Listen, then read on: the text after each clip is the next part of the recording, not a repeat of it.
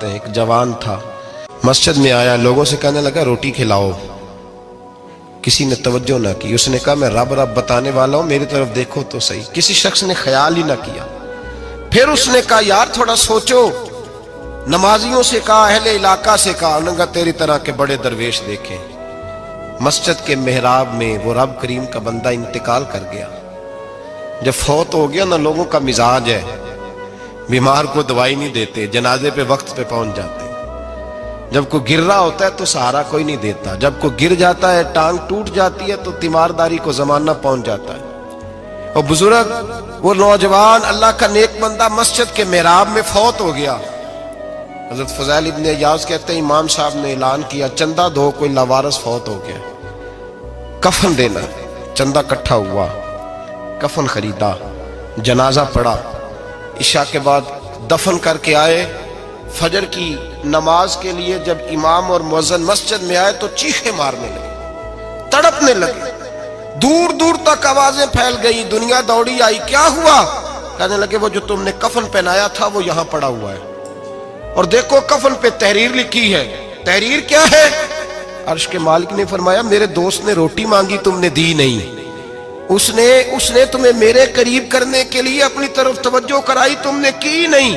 اور میرا یار تمہارے کفن کا محتاج تھا، سنبھال کے رکھو اپنا کفن، میں نے اسے جنت کا لباس عطا فرما دیا، سنبھال کے رکھو، یہ کوئی لاوارثوں کا ٹولہ ہے۔ اعلیٰ حضرت فاضل بریلوی رحمت اللہ علیہ کے مکان کی دیوار گر گئی، ایک کونا مکان کا، آپ جانتے ہیں پرانی دیواریں چھوٹی ہوتی تھی اور بارشوں میں اکثر گھروں کی دیواریں گری ہوئی ہوتی تھی۔ ایک سائیڈ کی دیوار گر گئی تو اس کونے میں ہندوؤں کا گھر تھا۔ اب مستری صاحب رات کو آئے، ان سے بات ہوئی تو کہنے لگے سویرے کام شروع کروں گا۔ کہا ایک دو صاحب نے کہ ہندوؤں کا گھر ساتھ ہے اور وہ دشمن بھی بڑے زیادہ ہیں، تو رات کو ہی ہو جائے۔ کہنے لگا جی نہیں میری مجبوری ہے، مزدور کہاں سے لاؤں گا، بڑے معاملات ہیں، سویرے شروع ہوگی۔ اب رات کو مولانا ظفر الدین بہاری علیہ رحمہ کہتے ہیں بچے مدرسے کے، باقی سارے لوگ، سب کو جمع کیا گیا، چونکہ اس طرف سے تھوڑا خطرہ تھا ہندوؤں کی جانب سے۔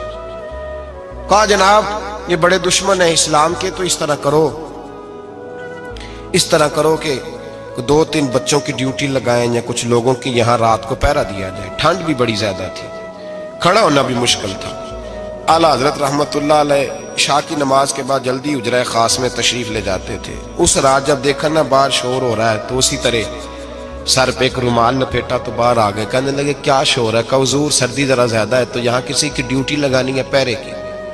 2 منٹ خاموش رہے، پھر فرمانے لگے کوئی ضرورت نہیں، جاؤ سو جاؤ سارے جا کے، کوئی ضرورت نہیں، جاؤ اپنے اپنے گھروں کو، کوئی حاجت نہیں، پہنچ جاؤ۔ کہا حضور مہربانی کرے، وہ طے ہونے لگا تھا۔ فرمایا میری وجہ سے کیوں کوئی ساری رات بیدار رہے، جاؤ تمہیں کہا نا آرام کرو۔ لوگ سو گئے۔ صبح فجر کی نماز پڑھ کے اعلیٰ حضرت رحمت اللہ تعالی علیہ جب سیڑھیاں اتر رہے تھے رضا مسجد کی، تو وہ جس ہندو کی جانب سے زیادہ خطرہ تھا وہ سیڑھیوں پہ بیٹھا تھا، مسجد کی سیڑھیوں پہ۔ سب لوگوں کی توجہ ہو گئی۔ کہنے لگا مولانا میں کلمہ پڑھنے آیا ہوں، مجھے کلمہ پڑھا کے مسلمان کر دو، میں کلمہ پڑھنے آیا ہوں، مسلمان کریں۔ لوگوں کی توجہ، اعلیٰ فرمانے لگے نہیں ابھی تو انتظار کر، تھوڑی دیر کے اچھی طرح سوچ لے، جذباتی فیصلہ نہ کر کہ تو آ رہا ہے۔ یہ کہہ کے جب 2 سیڑھیاں نیچے اترے اس کے پاس سے تو اس نے پیر تھام لیے۔ کہنے لگا اب ایسے تو نہ کرو، رونے لگا۔ اعلیٰ حضرت رحمت اللہ نے کلمہ پڑھایا، کچھ باتوں کی نصیحت فرمائی، تشریف لے گئے۔ گھیرنے والے گھیر کے بیٹھ گئے، کہنے لگے ہمیں بھی بتا بدلہ کیسے ہے۔ کہنے لگا دیوار گر گئی، آدھی رات کے وقت، آدھی رات تک انتظار کرتا رہا، پہرے دار کوئی نہیں، تو 2 تلواریں لے کر جب میں ان کے مکان کی جانب بڑھا، میں نے کہا آج گردن کاٹوں گا اور کاٹ کر کے نکلوں گا۔ کہتا ہے جب میں قریب آیا تو 2 شیر کھڑے تھے، اوپر سے پلٹ کے آیا تو پھر کھڑے تھے، ادھر سے پلٹ کے آیا تو پھر کھڑے تھے۔ فرماتے ہیں میں 2 گھنٹے کے بعد آیا تو پھر پلٹ کے کھڑے تھے، میں پھر 1 گھنٹے کے بعد آیا، شہری کا وقت ہو گیا تو پھر پلٹ کے کھڑے تھے۔ اب میں ڈر کے بھاگا۔ کہتے فاضل بریلوی نے اپنی کھڑکی سے منہ باہر نکالا، کہنے لگے اور کتنا تجربہ کرے گا، مجھے تو لاوارث سمجھتا ہے، لاوارث ہوں میں، اور کتنا تجربہ کرے گا، بس کر مان جا۔ میں نے کہا حضور یہ کون ہے، مجھے بتائیے تو صحیح یہ کون ہے۔ کہنے لگے میں نے ساری زندگی رسول اللہ کی عظمت کا دفاع کیا ہے، ساری زندگی غوث اعظم کے نعرے لگائے ہیں، ابھی تو یہ مدد صرف غوث پاک جیلانی کی بھیجی ہوئی ہے، ابھی تو غوث اعظم کی بھیجی ہوئی مدد ہے، مولا علی ابھی پیچھے ہیں، دو جہاں کے محبوب ابھی اس سے پیچھے ہیں، وہ تو ابھی پیچھے ہیں، پیچھے کھڑے ہیں کہ ضرورت پڑی تو ہم بھی تیار بیٹھے ہیں۔